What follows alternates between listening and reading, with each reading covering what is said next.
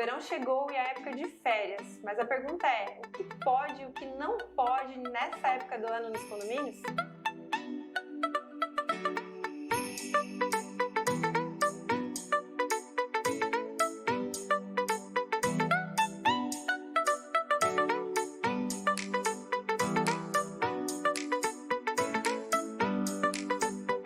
Olá, hoje vamos tirar dúvidas do que pode e o que não pode nessa época do ano nos condomínios, época de temporada e de férias. E o nosso convidado é o Dr. André Abal, advogado, síndico 5 estrelas e proprietário da administradora Fênix de Balneário Camboriú. São 25 anos, muito bem-vindo. Obrigado, Miriam, pelo convite, é um prazer estar aqui contigo também. A gente que agradece. Doutor, a gente quer realmente explorar aí seus conhecimentos, né? Que a gente imagina que já deve ter visto de tudo ou não, né? Sempre tem o que... A gente sempre aprende, né? A gente está em constante aprendizado, principalmente nessa área, que é uma área multidisciplinar, né? Uma área que eu costumo dizer que o síndico não tem uma atividade que eu conheça que demande tanta multidisciplina quanto o síndico, né? E tem alguns que têm a sorte de ter um orçamento que permita estar cercado de profissionais para auxiliar na gestão, mas tem outros síndicos que têm condomínios com orçamentos pequenos que ele acaba tendo que conhecer um pouco de tudo, estudar um pouco de tudo para gerir o condomínio, né? E eu venho nessa minha caminhada, já atuei em várias frentes, principalmente nessa, ter que estudar um pouco de tudo para poder atender aos problemas e resolver os problemas, né? E aqui em Balneário Camboriú ainda tem algumas particularidades, né? Tem normas, como toda cidade, né? Mas aqui tem algumas situações que a gente vê, algumas leis municipais que realmente funcionam. Essa semana, inclusive, a gente recebeu uma pergunta de uma corretora. Ela perguntou assim, minha cliente comprou um apartamento, né, e quer fazer uma reforma. Pode ou não pode fazer? Porque a gente sabe assim, não pode fazer essa época do ano, porque não pode entrar caçamba na área central. Pode explorar um pouco essa dúvida? Posso sim. É muito importante conhecer a convenção do seu condomínio, né?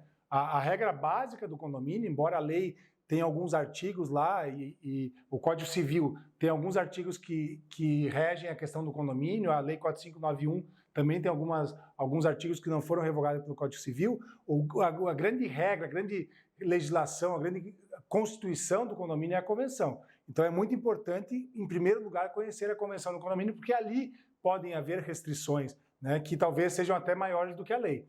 Aqui em Balneário Camboriú, a gente tem todo ano a edição de um decreto que limita o tráfego de veículos de bombeamento de concreto, de veículos betoneira, de entrega de materiais de construção e de depósito de caçambas de entulho em algumas áreas do município, né? Essa área ela é um perímetro delimitado entre a Avenida Atlântica, a Terceira Avenida e a Avenida do Estado, juntando lá no final na Normando Tedesco e voltando pela Avenida Atlântica. Então, durante 10 dias aí, dos 10 dias mais atípicos aqui de Balneário Camboriú, quando a cidade está mais cheia, é proibido o tráfego desses veículos nessa zona central. Mas não impede que veículos menores, prestadores de serviço, atendam obras e serviços nos condomínios. Então, se o condomínio não tiver uma proibição à execução desses serviços, o condomínio pode sim, porque o que não está proibido pelo condomínio está permitido. Então, o condomínio poderia executar essas obras.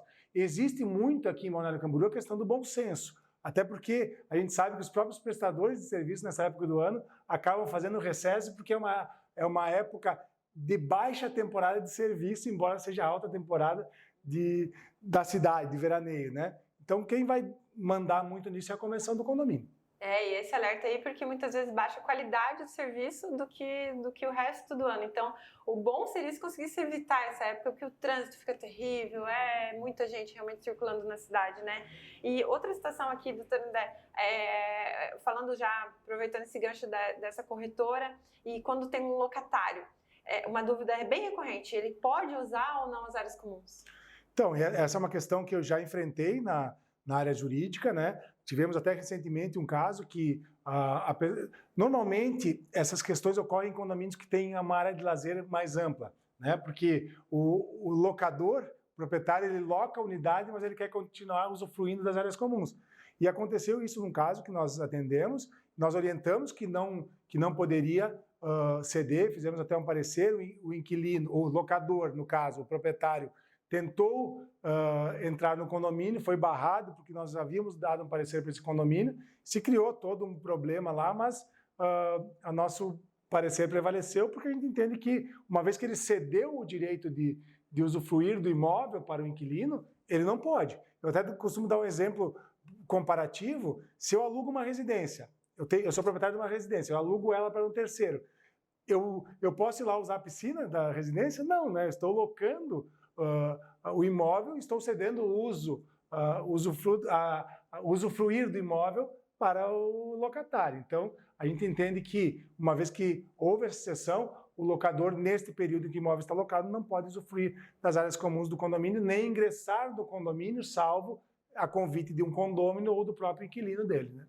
O que a gente já viu aplicando, que eu vejo que é muito válido, por exemplo, pedir um exame médico, alguma situação ali para manter o condomínio, porque dependendo do condomínio, principalmente quando tem Airbnb, por exemplo, é muita gente circulando, né? Sim, essas são algumas medidas que alguns condomínios implantam na temporada, né, que não são aplicadas no resto do ano. Uma delas é controle de acesso às piscinas. Tem alguns condomínios que limitam a quantidade de usuários das áreas comuns. Por exemplo, tem condomínios que usam a pulseirinha, então tu tem um número de pulseiras de acordo com a quantidade de quartos do seu imóvel. Então é bem comum ter regras específicas para a temporada, embora eu diga que o síndico tem que se preocupar com a temporada o ano inteiro. Né? Ele tem que estar preparado para enfrentar a temporada, mas tem algumas regras que acabam se aplicando só na época de temporada. Como normalmente essa da construção que a gente falou antes, né? Nas convenções que eu redijo, eu sempre coloco essa regra. A limitação de não fazer obras, normalmente, inclusive, da época de pré-natal até depois do carnaval, que é a época que a cidade está mais cheia. Aí essas regras acabam sendo mitigadas pelo próprio condomínio, cada condomínio tem a sua peculiaridade, então acaba tratando do período que eles acham melhor. Né? Essas regras de organizar a área comum também se tornam necessárias porque durante o ano tem uma ocupação muito pequena do edifício e na temporada, com a grande ocupação, acaba sendo necessário disciplinar isso, né?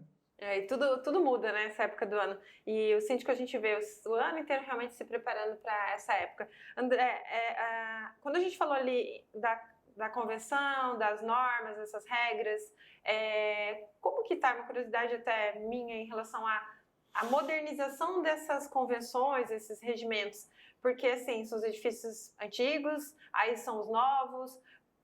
Qual que é o teu parecer, assim, da tua visualização da cidade? Está sendo modernizado? Ainda tem condomínio com isso? Porque realmente mudou muito. A tecnologia veio acrescentando muitas situações. Sem dúvida. Acho que esse assunto é importantíssimo. Para mim, é um dos assuntos mais importantes da seara condominial, todo síndico tem que estar atento a isso, que é a importância da convenção de condomínio, sabe? Como eu falei já antes, o legislador deu autonomia para a convenção. Nós temos poucos artigos, nós temos pouca legislação que disciplina os condomínios. Por quê? Porque o legislador entendeu que quem deveria legislar sobre os seus próprios condomínios são os próprios condôminos, né? E nós temos um problema que acontece, que é, na incorporação, a consultora é obrigada a depositar uma minuta de convenção. Então, e essa minuta ela vai ter validade enquanto os condôminos não se reunirem para modificar com um quórum de 2/3 da totalidade do condomínio. Então, o que eu vejo eu vou arriscar um número aqui, mas sei lá, 60% dos condomínios passam anos e anos com aquela minuta de convenção apresentada pela construtora, que normalmente não foi feita nem para aquele condomínio.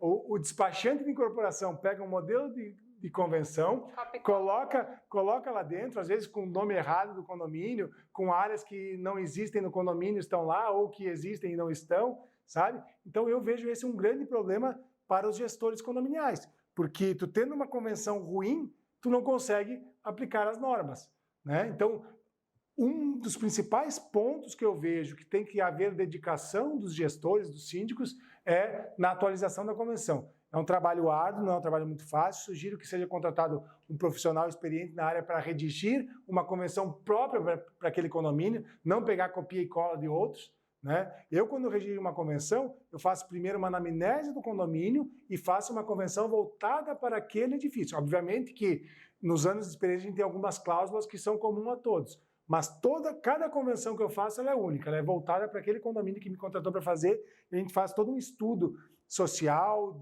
estrutural do condomínio antes de colocar no papel as normas. E a gente tem visto também que vocês realmente estão acompanhando essa modernização, né? A gente percebe os gestores que a gente conhece, assim, que sabem que estão com vocês, aplicando tecnologia, aplicando efetivamente o tal do co-living, que seria colocar mini mercado e segurança. Então, assim, aproveito também para dar os parabéns, que a gente tem visto síndicos, e às vezes síndico morador, Sim. que a gente conhece ali, de grandes edifícios aqui em Balneário Camboriú, síndico morador, que chegou ali com um tanto ali de projeto, colocou na mesa e falou, tô fazendo master plan aqui. Deu, como assim? Esse síndico falando sobre isso, sendo que é uma visão do urbanismo vindo para os condomínios, mas que já estão realmente aplicando. Sim, e esse é um assunto que nós já tratamos previamente, né? E eu acho que tem muito espaço para ele, porque não há um planejamento a longo prazo nos condomínios. E isso faz falta, né? Então, uma convenção poderia, inclusive, prever isso. Né, prever a gestão a longo prazo, a gestão de manutenções no condomínio. Quando o condomínio é entregue hoje a gente já tem os manuais de manutenção que é entregue ao síndico, né? Esses manuais tinham que estar dentro da convenção, porque independente de quem mude à frente do condomínio, independente do síndico que esteja lá, tem algumas coisas que não podem deixar de ser feitas. Quanto a gente vê que se deixa de fazer manutenção de fachada, aquela manutenção que é até básica, a cada 2 anos trocar as juntas de dilatação, fazer a lavação das pastilhas, e aí tu deixa de fazer isso, que tem um baixo custo, impacta lá na frente num alto custo quando tem que fazer uma manutenção maior, né? Então, essa questão do Master Plan, eu acho assim, acho que vai ter muito caminho pela frente para a implantação disso, né?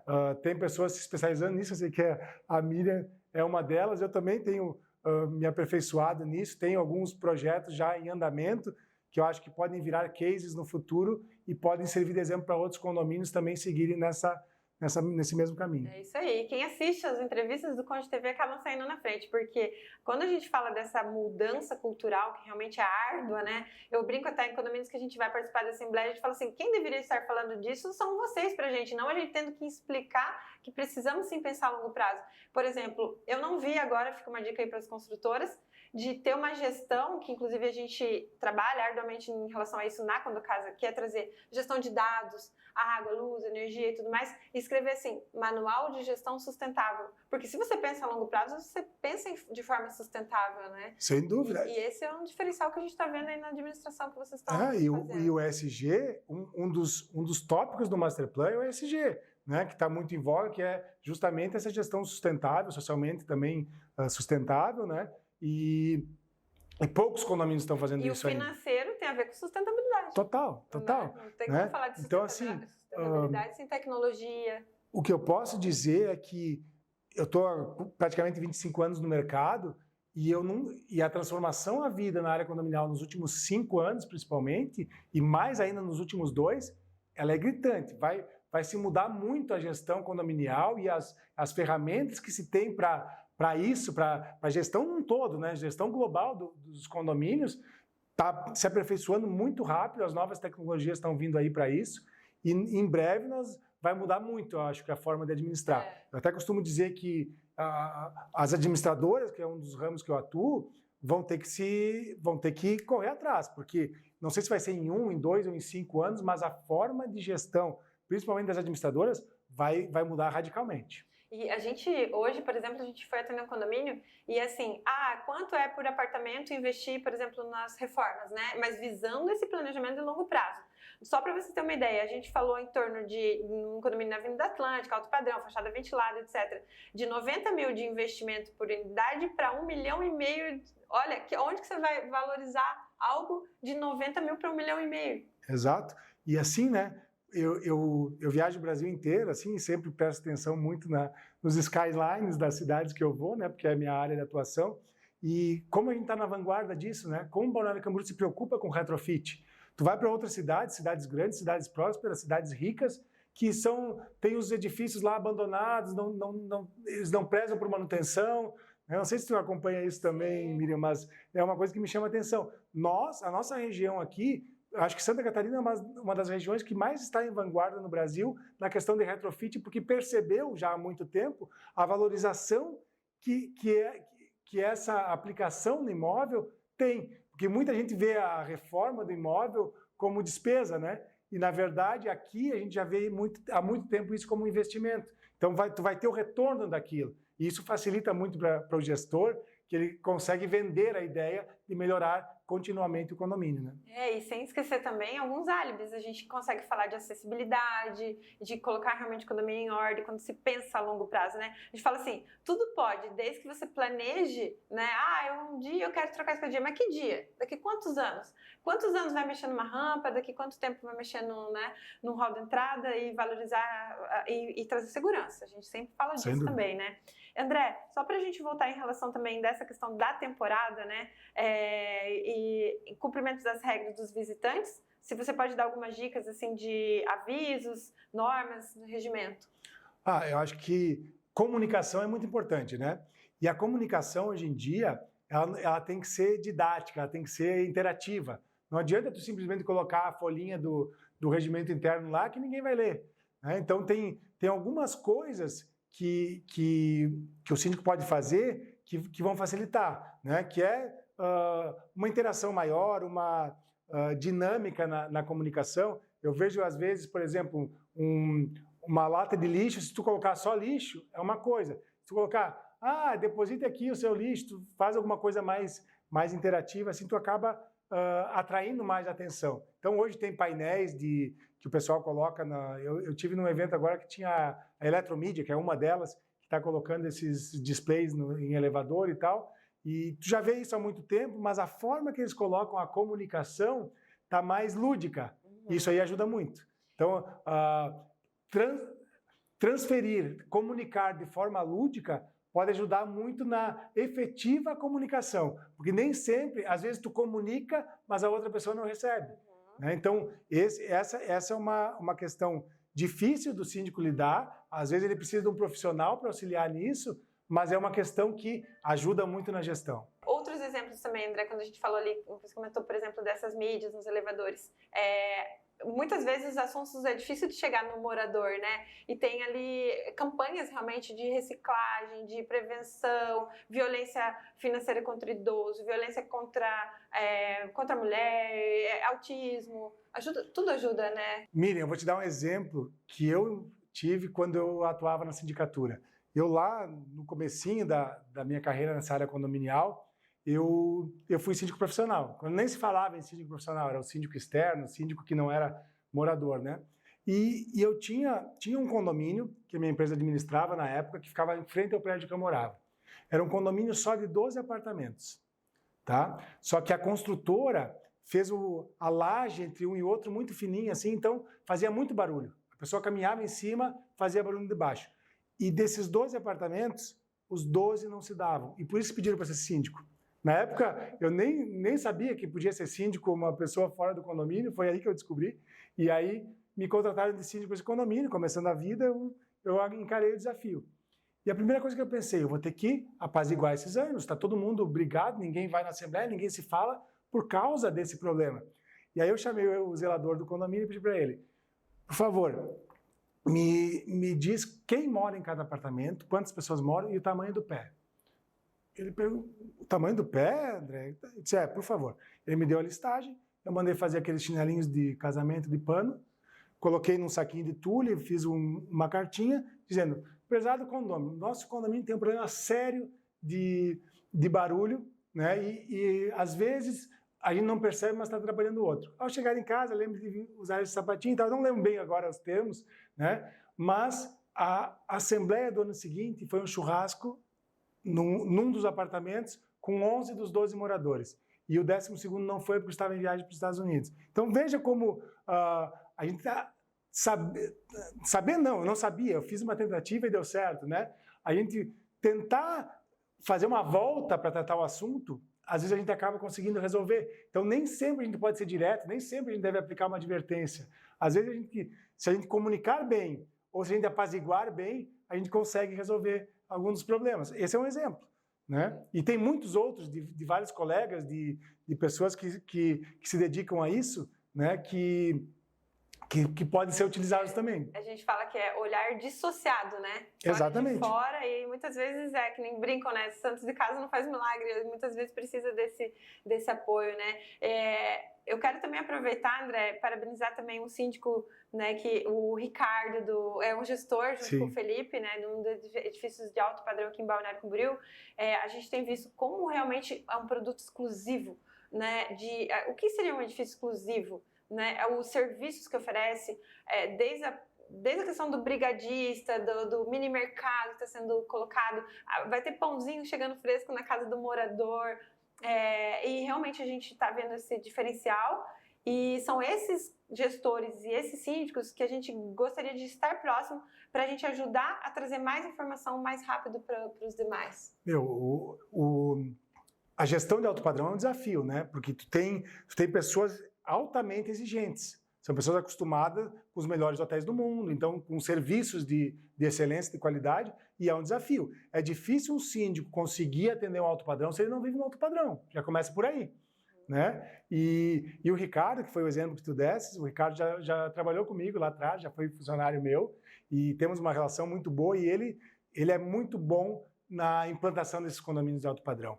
Ele tem uma didática, ele consegue criar os processos de uma forma maravilhosa. Tanto que ele é meu parceiro nos master plan, né? Eu sempre indico ele para essa parte de organizar as rotinas, porque ele é fora de série. Então, e tem que ter a sensibilidade para em cada condomínio tu encaixar aquilo que aquele condomínio deseja. Às vezes, eu vejo alguns casos de condomínios de alto padrão que o síndico vai lá, coloca alguma coisa e não agrada o pessoal. Né? E no alto padrão eles não querem saber. Se vira, tira isso aí, arca do teu bolso e aí complica para o síndico, né? Eu tive um caso no passado, Miriam, de um condomínio de alto padrão e pegou um síndico morador e o síndico morador, no primeiro ano, simplesmente tirou obras de arte do condomínio. Acredita nisso? Então, um condomínio com várias obras de arte, mas ele achava feio e tirou.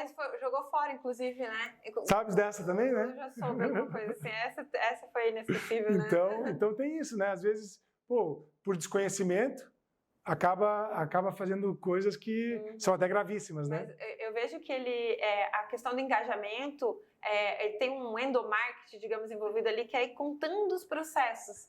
E ele faz isso assim com muita clareza, muita transparência. Essa diferença que a gente vê, inclusive, com o Síndico 5 Estrelas. É muito gratificante quando a gente encontra com o Síndico 5 Estrelas, porque o nível que a gente conversa é muito bom, porque a gente fala realmente de transparência, fala de compliance, assuntos que às vezes a gente fala menos em algum tipo de situação, porque senão a gente parece que tem horas que a gente vai ficar sozinho, e a gente está falando do certo, do correto. Então, realmente, eu quero parabenizar o teu trabalho, mais uma vez, por ser Síndico 5 Estrelas também, né? Ter provavelmente uma administradora ali, talvez seja uma das únicas aqui da região que tem uma prova de proficiência envolvida. Acho que tem mais algumas no Brasil que aqui também tem, acho que próximo Itapema. Assim, eu não estou na sindicatura há muito tempo, mas eu não saí do mercado condominial, né? E foi um desafio fazer a prova, porque a prova é muito difícil, né? Eu até comentei com um síndico 5 estrelas, que foi o que me incentivou a fazer, que me falou como era a prova e tal, e me desafiou a fazê-la. E aí, quando eu passei, eu disse para ele, cara, eu passei sem ter estudado.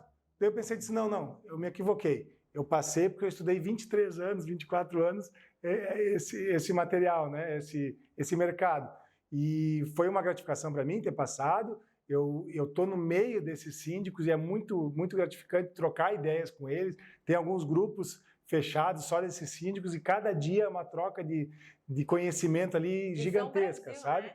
E, não sei, eu sou uma pessoa que sempre gostei muito de trocar conhecimento. Eu nunca guardei para mim o que eu sei e nunca me fechei para aprender. Eu acho que isso é muito importante. A gente tem que sempre dar valor, porque a pessoa mais simples que for, ela tem a ensinar nessa área condominial. E às vezes a mais inteligente tem a aprender, né? Então a gente tem que estar sempre trocando, porque tu vai aprender muito com o zelador, tu vai aprender muito com o servente de limpeza, e é isso, tu vai aprender muito com o prestador de serviço que vai lá arrumar alguma coisa, e a gente tem que estar sempre aberto a isso. Acho que se eu pudesse dar um conselho aos síndicos, estejam sempre abertos ao conhecimento.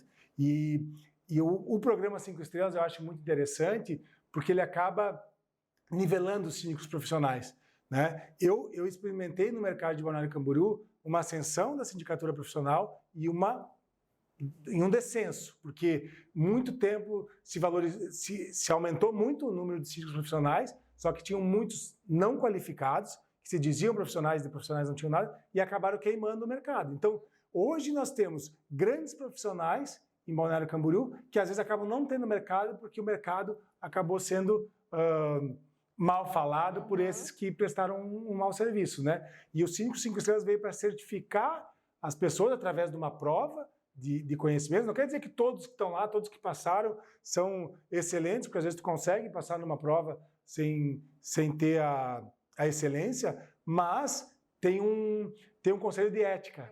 E o conselho de ética eu acho muito importante porque o síndico pisou na bola, cai fora. E outra, tem a recertificação. Não pensa que tu passou na prova hoje, como era da OAB, que eu também fiz, né? Passou uma vez, acabou, não precisa fazer de novo. No Síndico 5 Estrelas, tem que recertificar a cada 2 anos, e para recertificar tem que cumprir uma série de requisitos que são feitos cada 6 meses. Então, eu acho que é um modelo muito legal, acho que devem vir outros para o Brasil, né, que devem aparecer outros no Brasil, mas que é importante ter alguém que credencie esse profissional, que é de uma profissão que não existe, né? Sim, é uma função, mas não é uma profissão. Embora se diga síndico profissional, não é uma profissão. E é o Instituto Vasolini, né? Então ele já é realmente uma certificadora de qualidade. Então isso é sensacional. Fora que a turma realmente é muito divertida, é muito bacana estar juntos e a gente realmente sente um prazer. Quando a gente está ali junto com o Síndico 5 Estrelas, é realmente muito diferenciado. E fica o desafio para todos os síndicos, né, se prepararem e fazerem a prova, porque eu acho que pode ser um diferencial muito forte na carreira do síndico profissional. Isso, e fica também a pergunta para o Ricardo Carpati, que aqui em Balneário Camboriú estão pedindo a 3ª fase estar aqui, a gente quer que seja presencial aqui em Balneário Camboriú. André, quero te agradecer, desejo muito sucesso, inclusive agora na época da temporada e das assembleias, que a gente sabe que vocês devem estar assim com assembleias até no domingo, no final de semana e tudo, né? E esteja aí sempre com a gente agradece mais uma vez a sua presença. Miriam, obrigado pelo convite mais uma vez. E muita gente critica, reclama da época de temporada. Eu nunca reclamei, porque nós temos esse mercado gigantesco de Balneário Camboriú por causa da temporada. Senão nós não teríamos. Eu não teria entrado para o mercado condominial se não fosse Balneário Camboriú, eu acredito, sabe? Então, nós temos que agradecer a temporada, porque é a temporada que nos dá essa imensa quantidade de clientes, né? Tem cliente espaço para todo mundo crescer, para as administradoras, para os síndicos, para os prestadores de serviço. Então, pessoal, vamos valorizar a temporada, vamos trabalhar bastante na temporada para depois descansar durante o ano, aproveitando os benefícios que a cidade colhe por causa da temporada. Nós temos uma cidade que durante o ano tem 150 mil moradores fixos e temos uma estrutura de grandes centros, né? Então, eu acho que isso tem que ser valorizado e eu sempre gosto de valorizar. Quando as pessoas dizem, vou fugir daqui da temporada, eu digo, não, eu vou trabalhar bastante porque é a temporada que me dá isso tudo. Né? Que te deixa sustentável. Exatamente, com certeza. É isso aí, gente. Quero agradecer mais uma vez e quero agradecer vocês que assistiram até aqui também. Deixem um like pra gente, escrevam nos comentários pro YouTube e fazer mais entrega aí para síndicos estarem mais preparados. Revista da Condomitim chegando, Condocasa para vocês visitarem até nas redes sociais, no site novo, vocês vão ver 360 graus, vocês conseguem visualizar a Condocasa em qualquer lugar do Brasil. A gente agradece, até mais.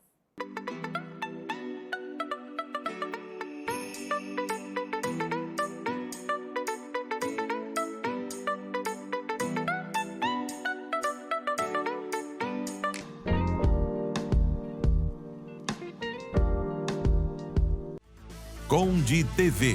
Informação de qualidade e credibilidade é aqui.